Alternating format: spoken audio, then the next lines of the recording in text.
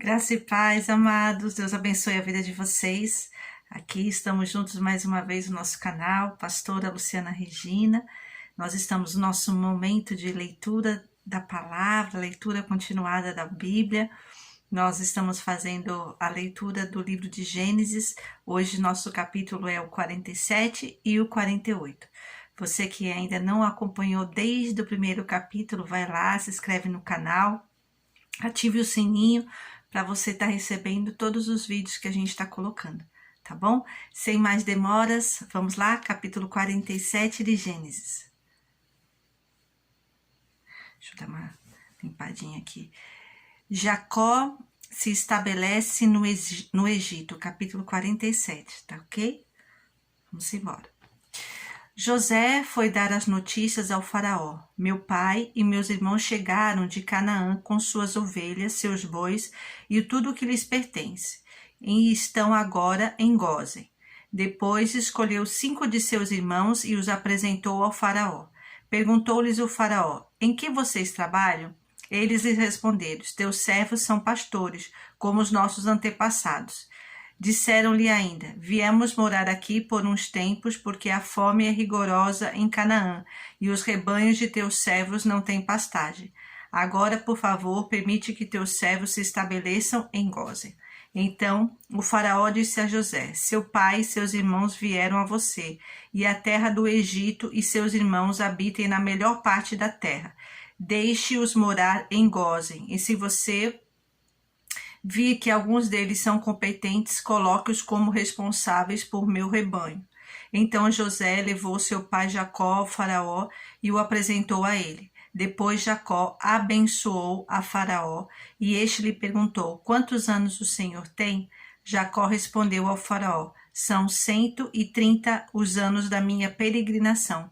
Foram poucos e difíceis e não chegaram aos anos da peregrinação dos meus antepassados. Então Jacó abençoou o faraó e retirou-se. José instalou seu pai e seus irmãos e deu-lhes prosperidade na melhor parte das terras do Egito, na região de Ramessés, conforme a ordem do faraó. Providenciou também sustento para seu pai, para seus irmãos e para toda a sua família, de acordo com o número de filhos de cada um. Os anos de fome. Não havia mantimento em toda a região, pois a fome era rigorosa. Tanto o Egito como Canaã desfaleciam por causa da fome. José recolheu toda a prata que circulava no Egito e em Canaã, dada como pagamento do trigo do faraó. Quando toda a prata do Egito e de Canaã se esgotou, todos os egípcios foram suplicar a José: dá-nos comida, não nos deixes morrer só porque a nossa prata acabou. E José lhes disse: tragam então os seus rebanhos e em troca lhes darei trigo, uma vez que a prata de vocês acabou.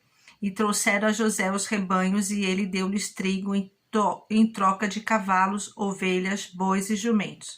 Durante aquele ano inteiro, ele o sustentou em troca de todos os seus rebanhos.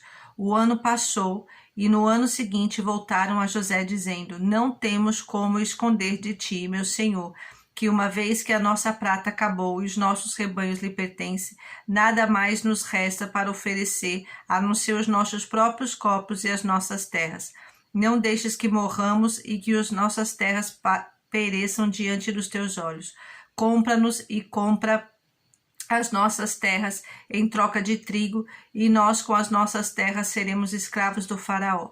Dá-nos semente para que sobrevivamos e não morramos de fome, a fim de que a terra não fique desolada. Assim, José comprou todas as terras do Egito para o faraó. Todos os egípcios tiveram que vender os seus campos, pois a fome os obrigou a isso. A terra tornou-se propriedade do faraó. Quanto ao povo, José o reduziu à servidão, de uma a outra extremidade do Egito.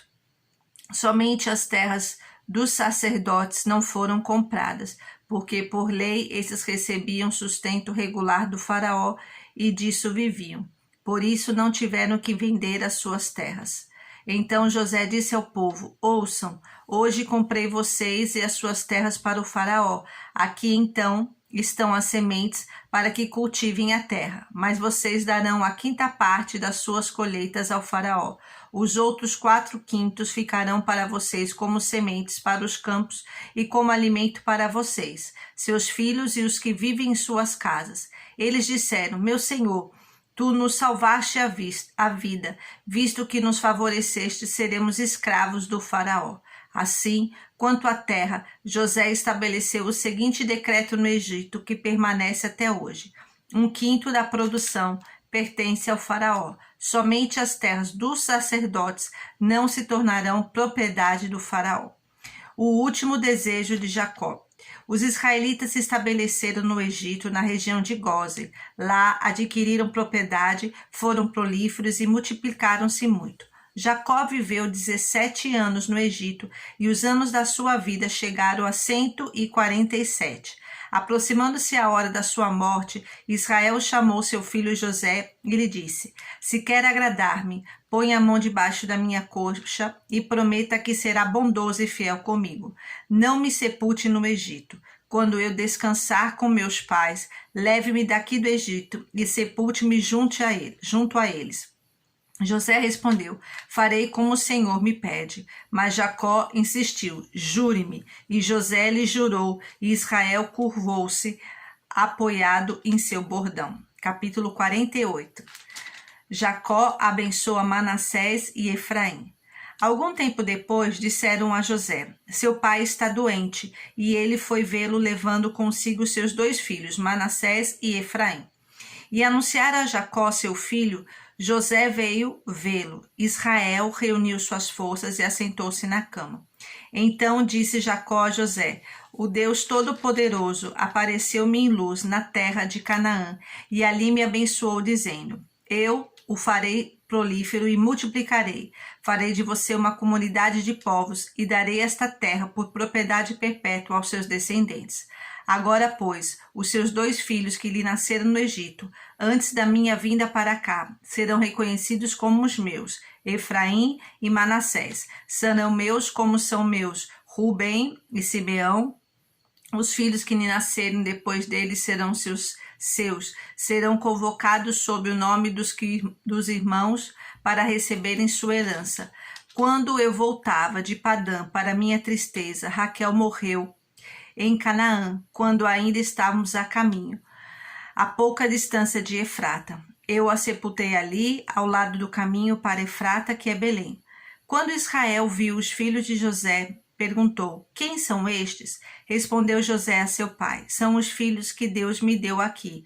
Então Israel disse: traga-os aqui para que eu os abençoe. Os olhos de Israel já estavam enfraquecidos por causa da idade avançada, e ele mal podia enxergar. Por isso José levou seus filhos para perto dele, e seu pai os beijou e os abraçou. E Israel disse a José: nunca pensei que veria sua face novamente, e agora Deus me concede ver também os seus filhos. Em seguida José os tirou do colo de Israel e curvou-se com o rosto em terra, e José tomou os 2, Efraim à sua direita, perto da mão esquerda de Israel, e Manassés à sua esquerda, perto da mão direita de Israel, e os aproximou dele.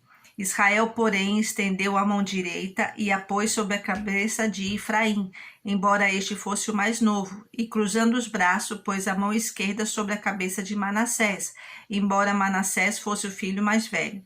E abençoou a José, dizendo: que o Deus a quem serviram meus pais, Abraão e Isaque, o Deus que tem sido meu pastor em toda a minha vida até o dia de hoje, o anjo que me redimiu de todo o mal, abençoe estes meninos. Sejam eles chamados pelo seu nome e pelos nomes de meus pais, Abraão e Isaque, e cresçam muito na terra. Quando José viu seu pai colocar a mão direita sobre a cabeça de Efraim, não gostou, por isso pegou a mão do pai, a fim de mudá-la da cabeça de Efraim para a de Manassés, e lhe disse: não, meu pai, este aqui é o mais velho, põe a mão direita sobre a cabeça dele. Mas seu pai recusou-se e respondeu: eu sei, meu filho, eu sei.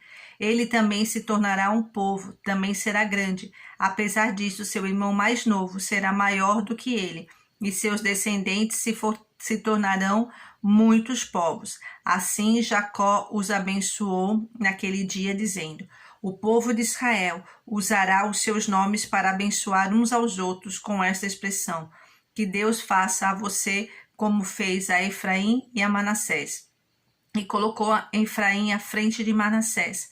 A seguir, Israel disse a José: estou para morrer, mas Deus estará com vocês e os levará de volta à terra de seus antepassados. E a você, como alguém que está acima de seus irmãos, dou a região montanhosa que tomei dos amorreus com a minha espada e com o meu arco. Finalizamos aqui a nossa leitura continuada da Bíblia. Te aguardo para juntos no próximo vídeo ou amanhã a gente está junto fazendo essa leitura, tá bom? Deus abençoe você, sua casa, permaneça firme no Senhor, meditando na sua palavra e acreditando nas suas promessas. Que Deus te abençoe, fique na paz. Tchau!